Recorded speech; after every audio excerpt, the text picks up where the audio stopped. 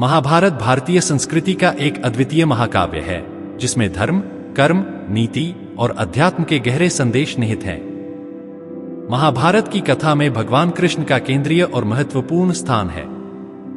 वे न केवल एक मार्गदर्शक बल्कि युद्ध के मध्य में स्थित एक नीति निर्देशक और अर्जुन के सारथी के रूप में भी प्रतिष्ठित हैं। युद्ध भूमि में उनके द्वारा दिए गए उपदेश, जिन्हें भगवद गीता के नाम से जाना जाता है, संपूर्ण मानवता के लिए एक जीवन दर्शन प्रस्तुत करते हैं। इस लेख में हम महाभारत की युद्ध भूमि पर भगवान कृष्ण की भूमिका, उनके उपदेश और उनके कर्मों का विस्तार से वर्णन करेंगे। युद्ध भूमि पर कृष्ण की भूमिका। महाभारत के युद्ध का प्रारंभ कौरवों और पांडवों के बीच हुआ। युद्ध के प्रारंभिक दिनों में ही यह स्पष्ट हो गया था कि यह केवल एक साधारण युद्ध नहीं, बल्कि धर्म और अधर्म के बीच का संघर्ष था। अर्जुन, जो पांडवों के प्रमुख योद्धा थे, युद्ध की विभीषिका और अपने अपनों के खिलाफ लड़ने की विवशता को देखकर मानसिक रूप से विचलित हो गए। वे अपने धनुष गांडीव को नीचे रखकर युद्ध से विमुख हो गए। इस समय भगवान कृष्ण ने अर्जुन को युद्ध भूमि पर धर्म और कर्तव्य का उपदेश दिया। उन्होंने अर्जुन को समझाया कि युद्ध से भागना कायरता है और एक क्षत्रिय का परम धर्म है कि वह अधर्म के खिलाफ युद्ध करे, भले ही उसके सामने अपने रिश्तेदार क्यों न हो। भगवद गीता का उपदेश। भगवद गीता महाभारत के भीष्म पर्व के अंतर्गत आता है, जिसमें भगवान कृष्ण ने अर्जुन को जीवन, धर्म, कर्म और आत्मा के सत्य की गहन व्याख्या की है। जब अर्जुन ने युद्ध करने से मना कर दिया और अपने कर्तव्यों से विचलित हो गए, तब कृष्ण ने उन्हें भगवद गीता के माध्यम से उपदेश दिया। उन्होंने अर्जुन को सिखाया कि आत्मा अमर है, शरीर नाशवान है और हर व्यक्ति का धर्म है कि वह अपने कर्तव्यों का पालन करे। भगवान कृष्ण ने कर्मयोग, ज्ञान योग और भक्ति योग के सिद्धांतों का वर्णन किया। उन्होंने कहा कि मनुष्य को निष्काम भाव से कर्म करना चाहिए, फल की चिंता किए बिना।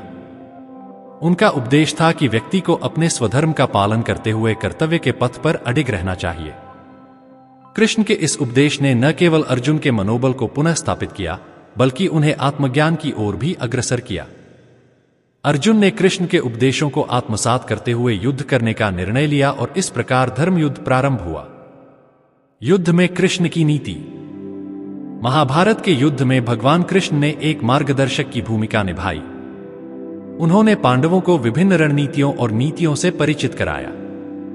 युद्ध के दौरान कई ऐसे क्षण आए जब धर्म और नीति का परीक्षण हुआ, और हर बार कृष्ण ने अपने बुद्धिमत्ता और कूटनीति से पांडवों का मार्गदर्शन किया। उदाहरण के लिए, जब भीष्म पितामह, जो कौरवों की ओर से युद्ध कर रहे थे, अजय साबित हो रहे थे, तब कृष्ण ने पांडवों को बताया कि उन्हें पराजित करने के लिए एक विशेष रणनीति की आवश्यकता होगी। भीष्म पितामह केवल तभी अपने अस्त्र त्यागेंगे जब कोई स्त्री उनके सामने युद्ध भूमि में आ जाए। इस स्थिति को ध्यान में रखते हुए कृष्ण ने शिखंडी को भीष्म के सामने खड़ा किया, जिससे भीष्म ने अपने अस्त्र त्याग दिए और पांडवों को विजय का मार्ग मिला। इसी प्रकार जब द्रोणाचार्य, जो कौरवों के प्रमुख योद्धा थे, युद्ध में अद्वितीय साबित हो रहे थे, तब कृष्ण ने पांडवों को समझाया कि द्रोणाचार्य को मानसिक रूप से विचलित करने के लिए उनके प्रिय पुत्र अश्वत्थामा के मारे जाने की झूठी सूचना दी जानी चाहिए। इससे द्रोणाचार्य ने अपने हथियार त्याग दिए और उन्हें पराजित करना संभव हुआ।